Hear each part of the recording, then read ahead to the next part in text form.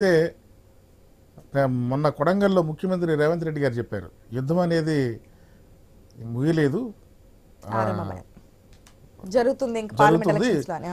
Parliament ఇలా ఎన్నికలు అయిన తర్వాత యుద్ధం అనేది ముగిసిందని అనుకోవాలి, కార్యకర్తలు ఎవరు విశ్రమించొద్దని చెప్పకనే చెప్పారు ఆయన. అంటే రాబోయే ఎన్నికలు ఎంత పోటాపోటీగా ఉంటాయి అనేది. కాబట్టి ఏదైతే ఎన్నికల అభ్యర్థులు ప్రకటించడంలో ప్రధాన రాజకీయ పార్టీలు గతంలో కన్నా భిన్నంగా చాలా జాగ్రత్తగా చాలా ముందస్తుగానే అభ్యర్థులు ప్రకటించడం జరిగింది. బీజేపీ అయితే దాదాపు 9 మంది అభ్యర్థుల్ని వాళ్ళు ప్రకటించడం, అలాగే కేసీఆర్ గారు 2 అభ్యర్థుల్ని వారు ప్రకటించడం జరిగింది. రేవంత్ రెడ్డి గారు కాంగ్రెస్ పార్టీ సిద్ధాంతాలకు భిన్నంగా వాళ్ళ వైఖరికి భిన్నంగా ఏదైతే అధిష్టానం ప్రకటించాల్సిన అభ్యర్థిని రేవంత్ రెడ్డి గారే మరి అధిష్టానం ఆమోదం తీసుకునే ప్రకటించుంటారు. కొడంగల్లో జరిగిన సభలోనే మహబూబ్ నగర్ ఎంపీగా వంశీచంద్రరెడ్డి గారిని అధికారికంగా ప్రకటించి ప్రజల ఆశీస్సులు కోరటం జరిగింది. కాబట్టి చాలా సీరియస్గానే పార్లమెంట్ ఎన్నికల్ని ప్రధాన రాజకీయ పార్టీలు అనేవి తీసుకుంటాయని మనకి దీన్ని బట్టి అర్థమవుతా ఉంది.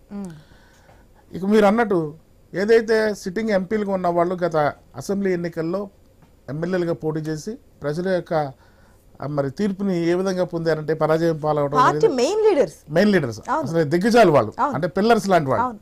మరి వాళ్ళే ప్రజల యొక్క తిరస్కారానికి గురయ్యి మళ్ళీ తిరిగి వాళ్ళే మళ్ళీ పార్లమెంటుకి ఎన్నికల్లో పోటీ చేయడం అనేది మరి నిజంగా అంటే ఇక్కడ ఒక సమీకరణాలు ఏ విధంగా ఉంటాయంటే రాజకీయ సమీకరణాలు పార్లమెంటుకి ఒక తీర్పు, అసెంబ్లీకి ఒక తీర్పుని ప్రజల యొక్క తీర్పుని మనం భావించవచ్చు. అంటే భిన్నంగా ఉంటాయి పార్లమెంట్ ఎన్నికలకి అసెంబ్లీ ఎన్నికలకి.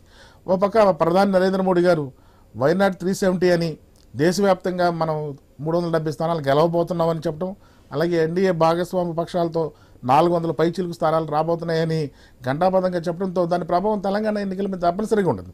ఎందుకంటే అసెంబ్లీ ఎన్నికల్లో వాళ్ళ పెర్ఫార్మెన్స్ చాలా బాగా చూపించారు. కొత్త వాళ్ళతో దాదాపు 8 మంది ఎమ్మెల్యేలు కొత్త వాళ్ళు ఎన్నికవడం జరిగింది. అలాగే పర్సంటేజ్ ఆఫ్ ఓట్ బ్యాంక్ కూడా చాలా బాగా పెరిగింది బీజేపీకి. ఆ రూపేణ ఖచ్చితంగా పార్లమెంట్ ఎన్నికల్లో వాళ్ళ పెర్ఫార్మెన్స్ ఇంకా బెటర్గా ఉంటుంది.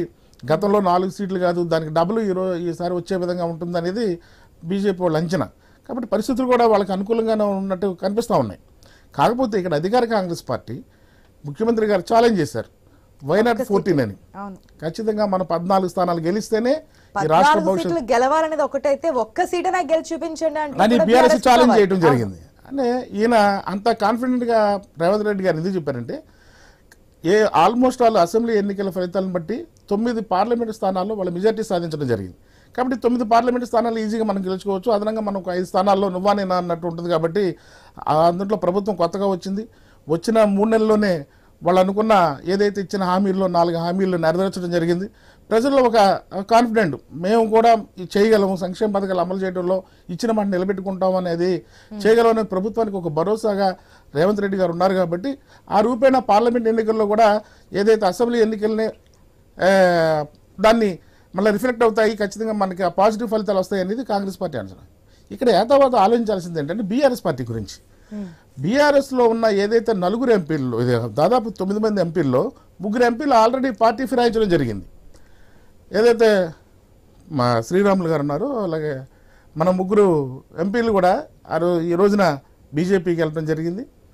వెంకటేష్ గారు కానీ, శ్రీరాములు గారు కానీ, బీబీ పటేల్ గారు కానీ, ఈ 3 ఎంపీలు కూడా పార్టీలు మారడం జరిగింది.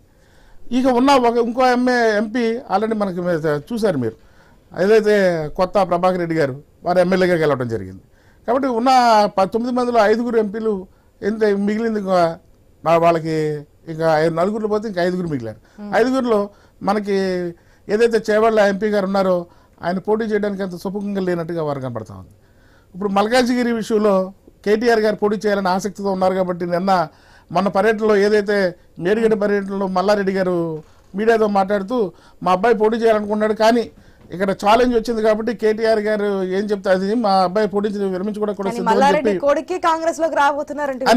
అంటే అది ఊహాజనితమైన వార్తలు అండి. ఎందుకంటే మల్లారెడ్డి గారు అడిగితే మల్కాజ్గిరి సీటు బీఆర్ఎస్ ఖచ్చితంగా ఏదైతే భద్రారెడ్డి గారికి ఇవ్వడానికి వెనకడే పరిస్థితి లేదు. ఎందుకంటే మల్కాజ్గిరి ఎప్పటి నుంచో మల్లారెడ్డి గారి ఫ్యామిలీకి ఒక అసెట్ అది.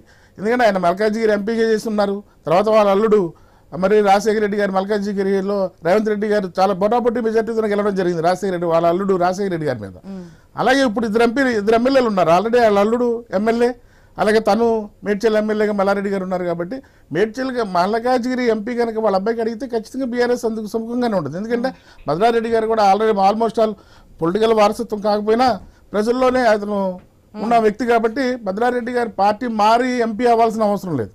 ఖచ్చితంగా బీఆర్ఎస్ వాళ్ళకి సముచితమైన గౌరవం ఇస్తుంది కాబట్టి మనం వచ్చే ఊహాగానాలు కానీ ఏమో మీరు అన్నట్టు గుర్ర ఎగరావచ్చని రాజకీయాల్లో ఏది చెప్పలేం. ఇప్పుడు పొద్దునున్న వార్త సాయంత్రానికి మారచ్చు. ఇప్పుడు అధికారానికి అలవాటు పడ్డ వాళ్ళు మరి రాజకీయాల్లో మరి ఏదైతే మనం మల్లారెడ్డి గారిని చూసాం, టీడీపీ నుంచి ఆయన మరి బీఆర్ఎస్లోకి రావడం చూసాం. కాబట్టి ఆ రకంగా మళ్ళీ ఆయన అధికార కాంగ్రెస్ పార్టీకి వెళ్ళడానికి అవకాశం ఉంటుందా అంటే బహుశా మనం కాదు అని చెప్పలేము. నాటికి ఎస్ రాజశేఖర్ గారు ఒక్క నిమిషం అండి. ఎస్ రవికుమార్ గారు గుడ్ మార్నింగ్ అండి.